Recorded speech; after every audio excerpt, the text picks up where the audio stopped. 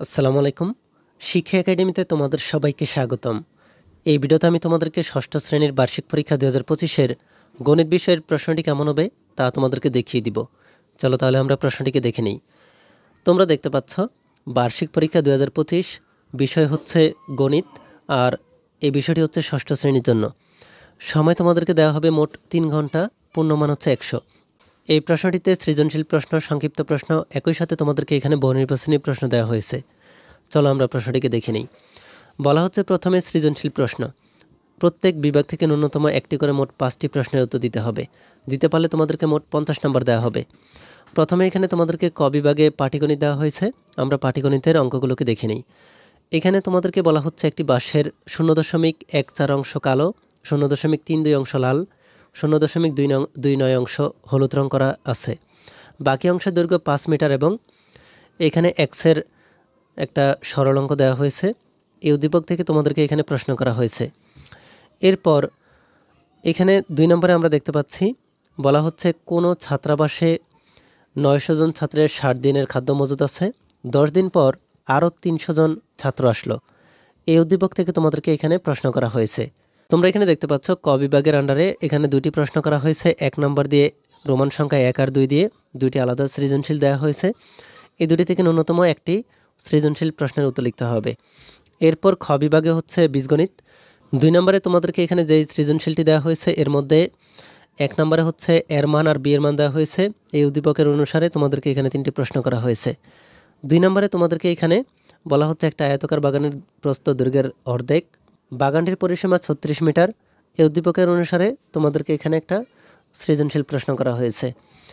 এরপর তোমাদেরকে এখানে গ বিভাগে জ্যামিতি দেওয়া হয়েছে।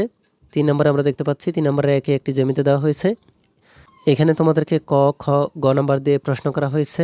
এরপর 2 নম্বরে তোমাদেরকে আরও একটা জ্যামিতি দেওয়া হয়েছে। বলা হচ্ছে এ বি রেখাংশের দৈর্ঘ্য 10 সেন্টিমিটার। এই উদ্দীপকের অনুসারে তোমাদেরকে এখানে ক, খ, গ দিয়ে 3টি প্রশ্ন করা হয়েছে। এরপরে হচ্ছে ঘ বিভাগ। ঘ বিভাগে তোমাদেরকে পরিসংখ্যান দেওয়া হয়েছে। পরিসংখ্যান 4 নম্বরে এখানে তোমাদেরকে 2টি আলাদা পরিসংখ্যান দেওয়া হয়েছে। তোমরা চাইলে কিন্তু এই 2টি পরিসংখ্যানেরই সমাধান করতে পারো। এরপর 5 নম্বরে তোমাদেরকে দেওয়া হয়েছে সংক্ষিপ্ত প্রশ্নের উত্তর।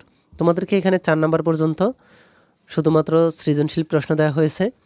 এরপরে এখানে তোমাদেরকে 5 নম্বরের সংক্ষিপ্ত প্রশ্নের উত্তর দিতে বলা হয়েছে।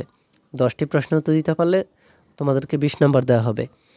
আমরা দেখতে পাচ্ছি এখানে ক থেকে একদম মূর্ধন্য পর্যন্ত তোমাদেরকে সংক্ষিপ্ত প্রশ্ন দেওয়া হয়েছে। তোমরা এই প্রশ্নগুলোকে ভালোভাবে দেখে নিতে পারো। এরপরে তোমাদেরকে এখানে বহুনির্বাচনী প্রশ্ন দেওয়া হয়েছে। তোমরা দেখতে পাচ্ছ 1 নম্বরে তোমাদেরকে এখানে বলা হচ্ছে পরিসংখ্যান উপাত্ত কিসের মাধ্যমে প্রকাশ করা হয়। বহুনির্বাচনী প্রশ্ন হচ্ছে 30 নম্বর। 30টি দিতে পারলে 30 নম্বর দেওয়া হবে। তোমরা এখানে এই বহুনির্বাচনী প্রশ্নগুলোকে ভালোভাবে দেখে নাও।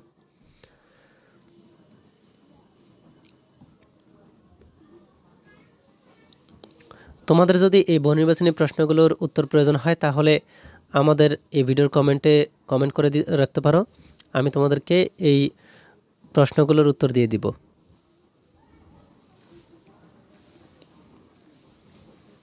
তাহলে আমরা এখানে দেখে ফেললাম তোমাদের বার্ষিক পরীক্ষার প্রশ্নটি কেমন হতে পারে।